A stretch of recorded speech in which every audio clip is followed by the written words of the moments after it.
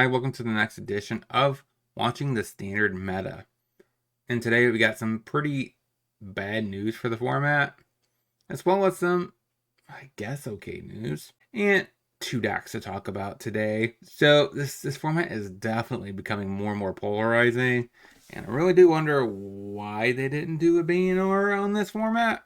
Then again, Cutter, I think, is the primary problem with the format, which is a brand new card from Tarkir.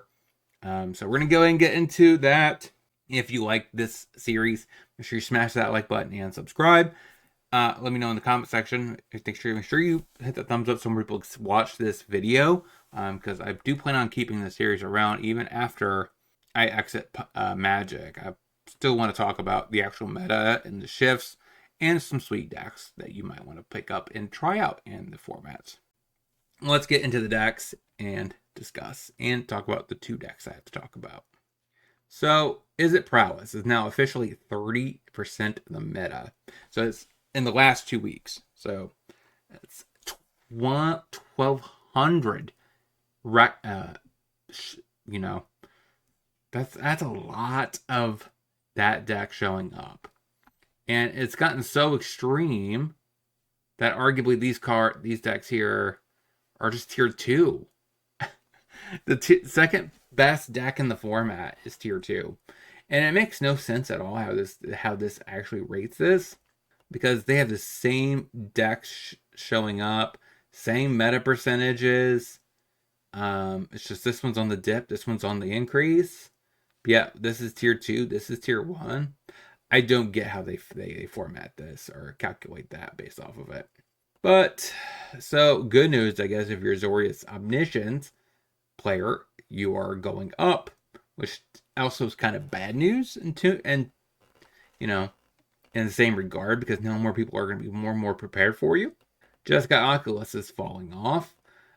Weirdly enough, both these decks are graveyard decks, so like the hate for one is for both. And of course, Prowess, right? Is It Prowess is just an obscene deck right now, 32% of the meta. This is basically an unplayable format. You have tons of decks in the lower to 3 to 5 range, but it's not really worth it. I mean, red deck wins is basically getting dropped off for the Prowess, because it's just obviously proven that it's a better deck by a lot. And Zur is falling off, my only true love in standard. And then of course you got nothing going on down here. Abzan Pixie falling off. Bye-bye, baby Rhino, I guess. Hello. Horrible time. Azorius Artifacts is putting up some results. I've noticed that it's been showing up the past few weeks. But besides that, there's nothing really spicy going on. Looks like mid-range is starting to pivot towards Orzhov. I don't know how accurate that is. I mean, 3% increase is a good number. Dimir mid-range showing up a little bit more, and Demon showing up a little bit more. I think this is probably indication. It could be that it's basically similar to standard. So one of the two had to have the smart decision to go with mono black, and the other one must have mimicked it. I don't know. So yeah, this format looks pretty unplayable. I don't know how you're going to be able to do RCQs with this and RCs, but let me know in the comment section if you're going to be playing in one. But with that sad news, this horrible meta, we do have some decks to talk about that are interesting. So there's this Teamer deck with Mage, Crab, and Elemental. It's kind of sweet with the Beanstalk, Seed of Hope, Talent. This is definitely a deck that I've seen a couple times. But then again, it's playing Cutter, so it definitely loses some sweet appeal just by playing Cutter.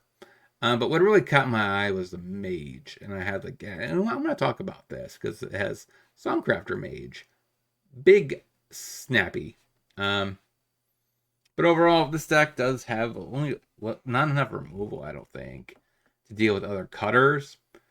It is mainboarding the Reclamation as a way to destroy Cutters, which is kind of a sign that you're in a bad meta, to be frank.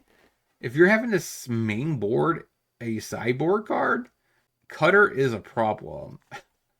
But besides that, like I said, this deck is kind of cool. You have some spell pierces if you want to protect your stuff 3 steps ahead for control matchups, and reclamation for more cutter hate. Pick your poison for cutter hate. Pyroclasm for aggro hate. We have Tidebinder to stop. Does that stop a cutter trigger ability on that? Probably. Dispersal, nice little extra bounce of type effects. Bailoff for pixies. Explosion for aggro. Mindsinger. Nice way to take a mid-range threat. And this is a grindy card, plus it could answer a medium-sized threat. But that is Teamer Aggro, or Teamer Elemental Crab for standard. Let's get into the next list. So next is this deck that's featuring a lot of cards that are about ready to rotate. At least with Wormlet, that's the case. And Might. But it's built around the Gear Hulk. It has removal with a Reliquary as a nice way to get tutored with that. A little bit of graveyard hate, so we can answer some things, I guess. But Might for the cutter, which can be found off Gear Hulk. So that's a really nice thing to be added. It has a one of Hulk Walker, just so you can tutor it with that. And that's a nice little payoff link addition. Boots to protect your Gear Hulk or whatever. And Heirloom to give your Gear Hulk trample and then draw a card if you deal damage. Sheltered by Ghost. Kind of a catch-all removal spell. 3 Ghost on top of the one we have in the main. 4 graveyard decks. Might for the the cutter decks. Invasion for grindy matchups that have non-Sunfall Rafts. Pretty good against that. Bailoff for Pixie. Pick your poison for cutter / artifacts and enchantments. And potentially Atraxa. But I don't think Atraxa is doing anything. I don't see it in this current meta at all. But overall, like I said, this is a horrible meta. Let me know in the comment section what format you think is the best right now, healthy-wise. It could be Pauper. I don't know. But Pioneer, I have to record that next. I've not looked at it. If you wanted to see the Pioneer, watching the Pioneer meta, check out my main channel. Link is in the description. I'll talk to you guys next time.